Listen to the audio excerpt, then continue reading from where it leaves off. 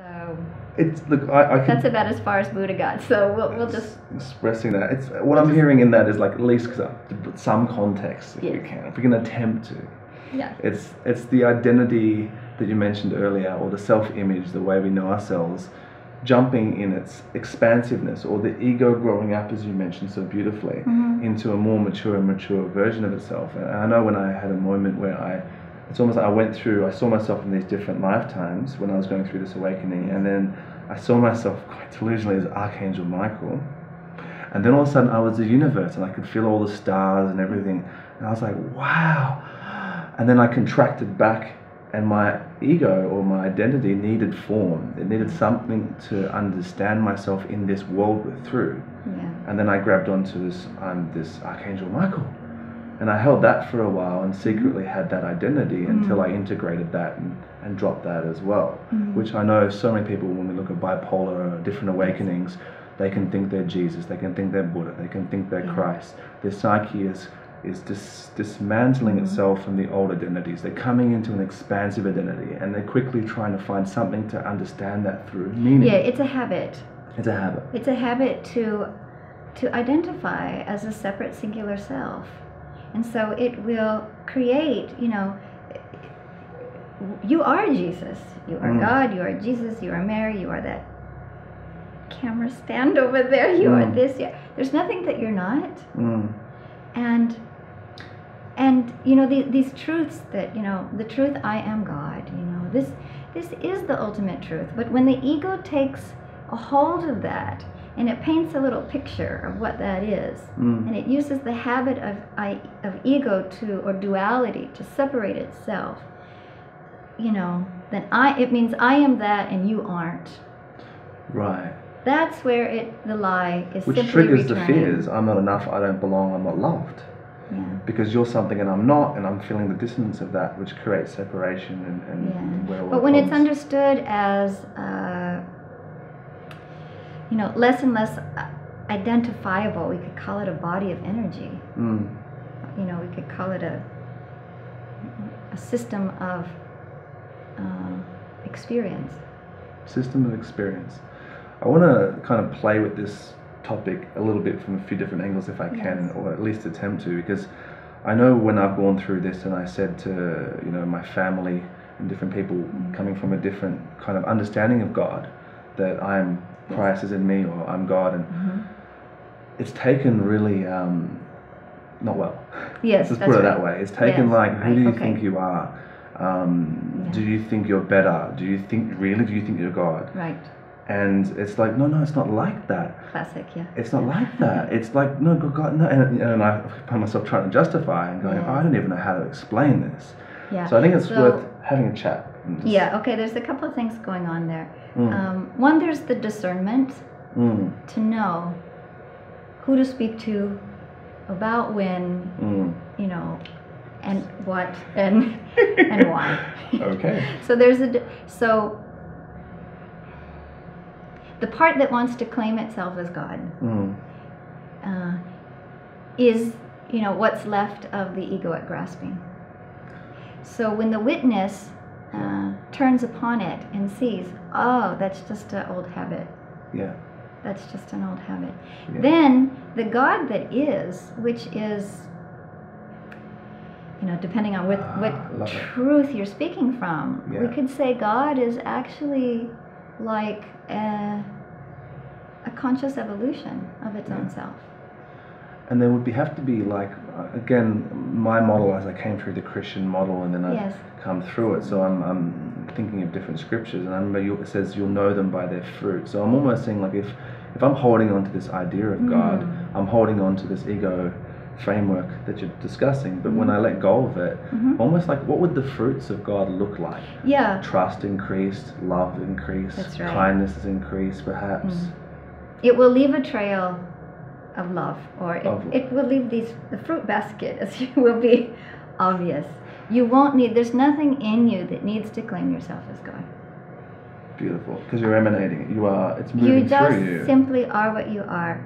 And it's so beautifully described by those who actually were able to experience it and not claim it.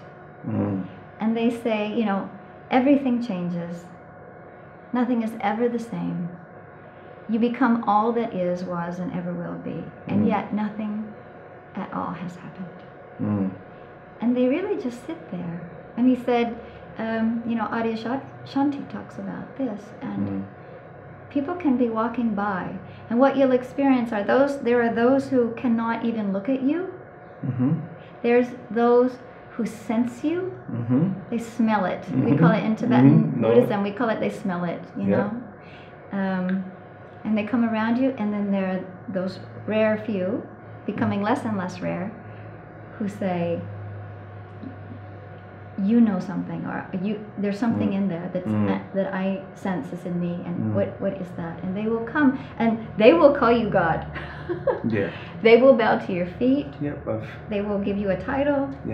They will do all kinds of things. So what's happening for them? They're so close to it that they can see it in you, but they haven't had it come through them. They're ready. You know, they're ready to bud. You know, they're the rose that's ready to go. Now, all points, all stages of the rose are beautiful. You know, the seed, the sprout. You know, the leaves, the bud, the flower, the falling away, and the starting again. I want to touch on. You said there's very few, and there's more coming. I love that presupposition. I also believe the same. But for the few, for those, the loneliness being experienced on this hero's journey, if you like, I've heard it. Let's talk about that. The loneliness. Yeah. This is also classic marker. So while I was going through my experiences, and I had the wisdom of the Dzogchen and the Tibetan Tantra that was being spoken to me, when I would have an experience, my teacher would say, "Oh, you're here. This is what's happening." And you know, context. The Buddha had in the Buddhist experience had a lot of time to sort of map things out. You know, they kind of got a map for everything. They can tell you, oh, based on the vision you had, based on the dream you had, based on the insight you just had, based on what happened in your meditation, they can tell you right where you're at. So I was, and then they let you know that that's not it, kid. You know, keep going. Don't get so full of yourself. Sure. That's no big whoop, you know, but it feels like it at the time. So the loneliness is a pocket that when it's really, again, awareness is the key. Really, that's it. You know, it starts with awareness. But when you turn your awareness towards this loneliness, is that what you're talking about? When you're getting in this place where you're not really understood in the old way, but you don't really understand in this new way? Exactly. And the old world is no longer satisfying you. The conversations, you don't feel connected to them, and so forth. And now you're moving forward. And I'm sure everyone watching this is experiencing that in some capacity, in their own way, perhaps. This was experienced by me, and when it was really addressed and looked at, it actually transforms into what they call the all-oneness. And there's no part of you that could or would ever be lonely. Again, it's not actually possible. At least not in the same way. Got it. And when we resist it, it grows. You know, what you resist persists. So when you resist the loneliness and you try to back out of it, and you try to, you know, get yourself back into some sort of social situation that you know is not expanding you and feels a little dead, you will also suffer there. This is true. This is true. So, but when you head towards the loneliness, you know, it feels like the end of, you know, you feel like that's it. I'm going to have to give up everything that felt comforting at one point. There will be no comfort for me there. This is actually the lie of the egoic self, or the part that's like afraid of the unknown. Yes. You know, when you actually come to the apex or the tipping point of awakening, whether it's an awakening, a grand awakening, or a supreme awakening, as I like to sort of scale them. The gradations of them, the qualities. I resisted giving levels and grades to things for a very, very long time because, again, it's not actually true. Yes, it's a lie. It's a lie. But it's a necessary lie. Yes. It's because it helps. It's like a map. The map is not the forest. If I give you the map, there will be some people who think they have found the forest. And, you know, we do the best to help them. I was one of those people who, you know, I've got my map and there's pictures of trees on it, and clearly I must be in the forest. And then you attach to that. Yes.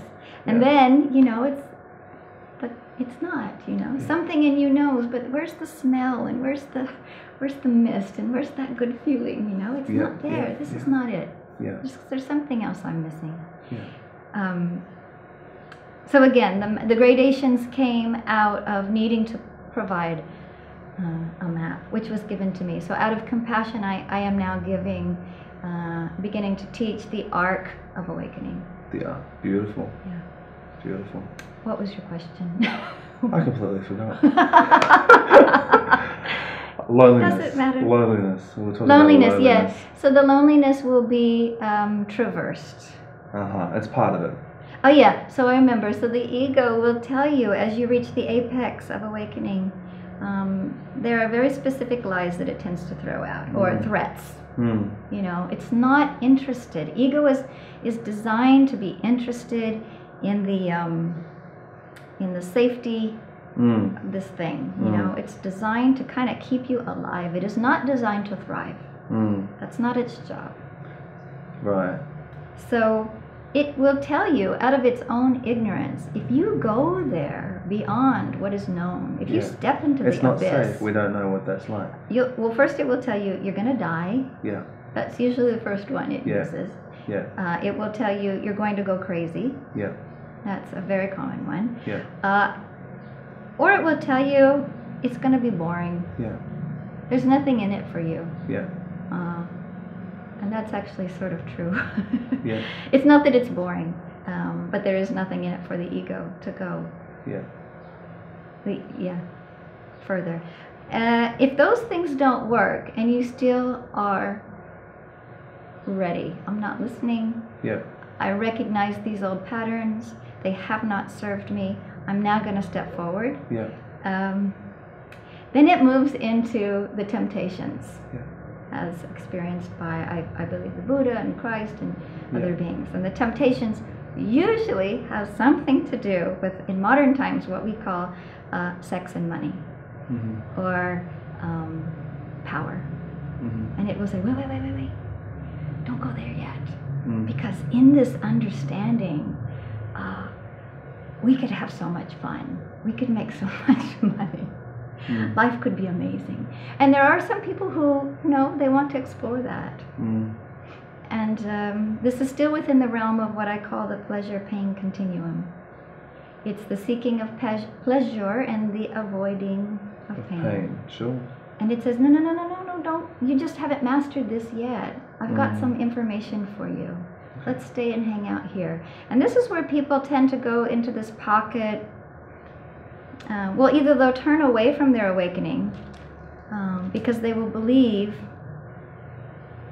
it's true, I will die or I will go crazy. Therefore, maybe I should take this medicine, or maybe I should just stop it, or maybe I should assume shut it whatever's down. convenient to stay where they are at. Yeah, and let's just pretend it didn't happen, and let's try to go back to normal. Or it will start exploring the height of the egoic power, egoic mastery. And this is where we get into areas of self-help, or egoic self-help, which is very beneficial for a while. Okay, until it doesn't need to be. Yeah, it's just not a holistic expression of truth. Okay. It's not sustainable. So just to bring some different language to this, when you're saying egoic mastery, this is like the ego's ability to navigate itself within this world. I know recently you've visited Tony Robbins. Yeah, that was kind fun. of refer to that as egoic mastery in Yeah, a sense, even though it has, like, I know he talks about the 6 core human needs, which are the need for certainty, uncertainty, variety, significance, growth, and contribution. And what I understand of that model is growth and contribution are more of the higher spiritual needs, the needs of the spirit. But when we're not in spirit all the time, we drop back down, and there is a need to connect. There is a need for some certainty and some variety. Is that what you're referring to as the egoic mastery? Is it's kind of exploring the self like, through those mediums, or? If look, if you're in an experience in life where, say, you're strongly experiencing the state of what we call victim, Yep. Although enlightenment would instantly illuminate you to all things, and to give you choice to be able to integrate back as you would like. Most people aren't ready for that. It seems to be, and in my work, it seems that I find that people do need to acquire a certain level of mastery of the duality before they're willing. This is so true. To relinquish it. Yeah. So they'll say, wait a minute, before I can, wake up, let's talk about setting boundaries. Yeah. Let's talk about self-esteem. Yeah. And when I was very young, I call it from going self-conscious, from self-conscious to conscious self. I was very self-conscious, as a young girl, very insecure, very shy, and something. I was actually given the opportunity to wake up as a very young girl, as a child, and it was absolutely terrifying. The conditions of my consciousness that I knowingly or unknowingly chose to be born into, the opportunity was given, but I was not ready to face those fears. Imagine a 7-year-old girl being asked to disintegrate and to leave everything behind and to wake up to her greatness when she still was desperate for the love of mommy and daddy. So what I'm hearing on that is, so there was a need still to explore within that, what that could be like, or the need for someone to explore being a victim fully until they're ready to drop it. Yeah, what it is and what it isn't. What it isn't, and that's fine. I mean, there's no rush. I know you once said to me to have a glass of wine and slow down. Metaphorically, I was always coming to say, I'm like, hey, let's go more. I want to unlock. I want to go further. Yeah. And again, there could be an even attachment in that, and it's also. Yeah, there's really no rush because, in fact, what you find is it's a spiral. So you will find yourself, awakening, and then all these stages that happen in the process, and then you spiral back around, and you'll end up where you were. You'll end up right back in presence. The difference is it has a new sense of awareness until perception is actually needed no more. So it's not like you're getting away from anything. It's not like you're going to actually find anything. You can't. I know that for me. I know I'm exploring things here and there, but I know it just there's no. It's a spiral. But the art is in how loose and how tight you hold it. As not too loose, not too tight. Okay. So when I would get very driven about my, spiritual process, she would call that lung. Oh, you have lung. You have lung. My heart actually began to ache for the entire world. Before I saw the truth of the perfection, the perception of perfection. And it was like, relax, take a break. That's when they prescribe for you to go and have half a glass of wine and no meditation for at least 1 day, maybe 3 days. Yeah, there's definite stages where I needed a bottle of wine, not a glass. I'm going to help the planet. It's like I've got this knowledge. I've got the. Yeah. Yeah, that's the I. If you look at the sentence, what does it start with? Yeah, I. Yeah. I need to. Yeah. I want to. Yeah. I have to. Sure. If there's no I that could, would, or claim that, or need that, or say that. But there is something that comes forth.